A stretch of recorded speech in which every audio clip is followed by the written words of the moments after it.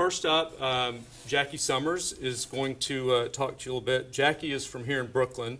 He's an author, a public speaker, an entrepreneur, a founder, and a failure. In 2012, I launched a liquor brand called Sorrel. I didn't have any money, and I didn't have any experience in hospitality, and I didn't have a background as a food chemist. What the hell makes a guy think that's a good idea who has just no experience? Short version is I had a cancer scare. In 2010, my doctor found a tumor the size of a golf ball inside my spine. And he said, you're probably going to die. And if you live, you're probably going to be paralyzed. Not today. Not today. That's what we say to the God of death. However, it will adjust your perspective. Given a new outlook, what did I really want to do with myself? What I really wanted to do was day drink. There's nothing noble about my intentions, why I got into the industry. I wanted to be around cool people in the middle of the day, in the middle of the week, having good food, good conversation, good drink, and I wanted to monetize it. And I thought to myself, who's going to pay me to day drink? That was me in the hospital, but this is what came out of it.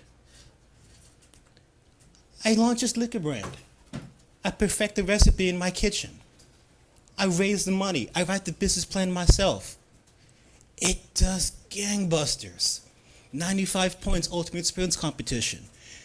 5 stars Paul Packold. 5+ Simon Difford. The New York Times calls it Christmas in a bottle. It's like we didn't have a marketing budget. So 100% of our press was organic. It was insane. It was so good, actually, in fact, that within 3 years, I got the call. The big boys came after me. A company approached me and they said, listen, we do one thing. We take little brands like yours and make them into big brands. And the last brand we did this with, we just sold to Bacardi for $1 gazillion. You want to talk? I said, sure, let's talk. Short version of that story is in 2015, I signed a multi-million-dollar contract to take Sorrel national. We signed the contract, we smoked the cigars, we sent out the press releases, and we all pretty much agreed 5-6 years we were looking at a 9-figure exit. It kind of didn't work out that way. Short version of the story is they reneged on the contract. Yeah, that's the face I made. So, what do? I got into a 3-way bidding war with 3 of the biggest liquor companies on the planet. And within 6 months, I negotiated a second contract to completion worth millions of dollars that we all agreed was going to end in this gigantic payday. So this is the part where it all works out, right? Actually, no. Yeah, they reneged too. So now that we've got a cancer scare and 2 multi-million-dollar contracts in the past, this is the part where I tell you that I gathered my strength and I got my act together and I made it all work, right? No. This is the part where I had a nervous breakdown. I lost my home. I spent a year and a half homeless. Not 10, 20 years, not 5 years ago, in 2017. I realized I was clinically depressed the morning I woke up in a literal pile of garbage. And I thought to myself, maybe I should do something about this. Is this the part where I tell you that everything came back together? No. This is the part where I tell you that I'm a loser.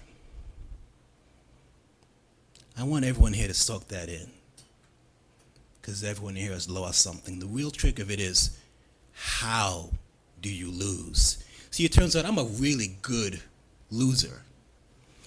This is something I picked up because I was the youngest of 5 kids, and you don't have a choice. You're the smallest, you're the weakest, you're the slowest, you know the least, you have the least endurance. Any game I played with my siblings, I knew before I started I was going to lose.